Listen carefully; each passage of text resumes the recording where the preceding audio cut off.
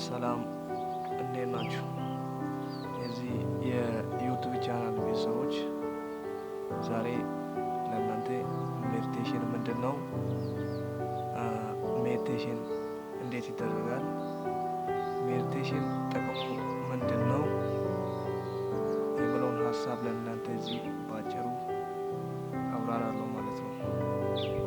እንዴት እንደሚደረግ ሲደረግ ምን እንደሚታሰብ ሁሉ ነገር እዚህ ለእናንተ ያጋራችኋለሁ ማለት ነው። አላቆያችሁና አዲስ ከሆናችሁ ለዚህ ዩቲዩብ ቻናል አዲስ ከሆናችሁ ሳብስክራይብ በማድረግ ቤተሰብ እንድትሆኑ ጋብዛችኋለሁ። ወደ ነጥቡ ልግባ። ሜዲቴሽን ማለት አእምሮአችን ከጭንቀት ፍሪ ማድረግ ነው ማለት ነው። እኛ የሰው ልጆች እንጨነቃለን፣ እናስባለን። ያ ያሰብነው ከምንጨነቀው ነፃ መሆን ማለት ነው።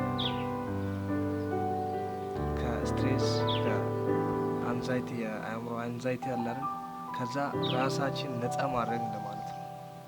ሀሳቡ ሜዲቴሽን ማለት ነው።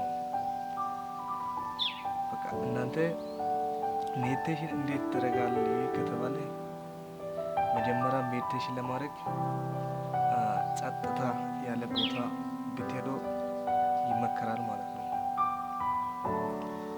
ሁለተኛ ደግሞ ጸጥታ ያለበት ቦታ ስል ክላስ ውስጥ በቤድሩም ውስጥ የመኝታ ክላስ ውስጥ ብትገቡ ይመከራል ማለት ነው። ሁለተኛ ደግሞ ቦታው የሆነ ፍላት ፍሎር ወለል ነገር ቢሆን በጣም አሪፍ ነው። አልጋ ላይ እግራችሁ ፍላት ማድረግ ነው ማለት ነው።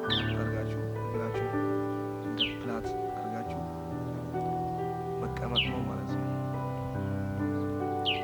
ከዛ በኋላ እግራችሁን አጣጥፋችሁ ከተቀመጣችሁ በኋላ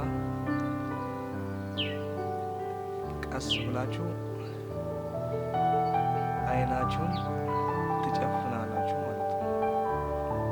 አይናችሁን ከጨፈናችሁ በኋላ እናንተ ማሰብ ያለባችሁ የሚያስጨንቁት ነገሮችን አታስቡ። እናንተ ማሰብ ያለባችሁ ከአይናችሁን ቀስ ብላችሁ ከጨፈናችሁ በኋላ የምታወጡት ትንፋስ ላይ ማለት ነው ፎከስ ማለት ነው። ቀስ ብላችሁ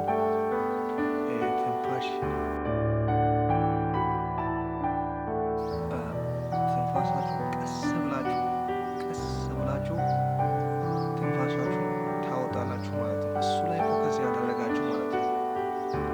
ማለት አዲስ ልትሆኑ ትችላላችሁ። አዲስ ከሆናችሁ አሁን ለምሳሌ በጣም የለመዱት ቢያንስ ከአንድ እስከ ወደ ተኩል ደቂቃ ይቀመጣል ማለት ነው።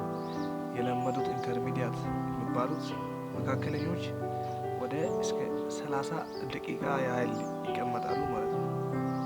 ነገር ግን እስከ አንድ ሰዓት ተኩል የሚቀመጡት አሉ። እነሱ ያው በጣም ስለለመዱ ነው ማለት ነው። አዲስ ከሆናችሁ ለሜዲቴሽን አዲስ ከሆናችሁ እግራችሁን እንደዚህ ካጠፋችሁ በኋላ ፍላት ካደረጋችሁ በኋላ ቢያንስ በቃ እስከ ቢጊነር ከሆናችሁ ከአንድ እስከ 10 ወይስ 5 ደቂቃ ለመቀመጥ በቃ ወስኑ። ቀስ ብላችሁ ማለት ነው። አይናችሁን እንዳትገልጡ አይናችሁን ማለት ነው። በቃ ቀስ ብላችሁ በኋላ አንድ 5 ደቂቃ ወይስ ወደ እናንተ ትንሽ አዲስ ሆናችሁ ሊከብድ ስለሚችል በቃ ዝም ብላችሁ ቀስ ብላችሁ ወደ 7 ደቂቃ ወደ 8 ደቂቃ አካባቢ ለመቀመጥ ሞክሩ። ከዛ በኋላ አይናችሁን ከአንዳንድ አትግለጡ። ቀስ ብላችሁ አይናችሁን ወደ 7-8 ደቂቃ ሲሆን ትገልጣላችሁ። ቀስ ብላችሁ ማለት ነው። ከዛ በኋላ ቦታው ላይ ቶሎ አትነሱ። አንድ የተወሰነ በቃ አይናችሁን ከገለጣችሁ በኋላ ወደ 1-2 ደቂቃ 3 ደቂቃ ከሆነ በኋላ ማለት ነው ተነሱ ማለት ነው። ሜዲቴሽን በጣም ማስያዛ በጣም ጠቃሚ ነው ብዬ አስባለሁ።